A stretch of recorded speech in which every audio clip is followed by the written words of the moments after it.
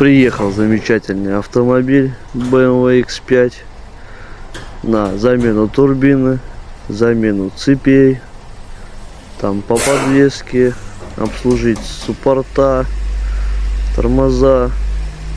Ну, короче, полный спектр для пробега 100 плюс, немножечко 100 плюс. Ну вот, пока что за полдня только смог вытащить эту турбину, которая с диким люфтом поедет на ремонт.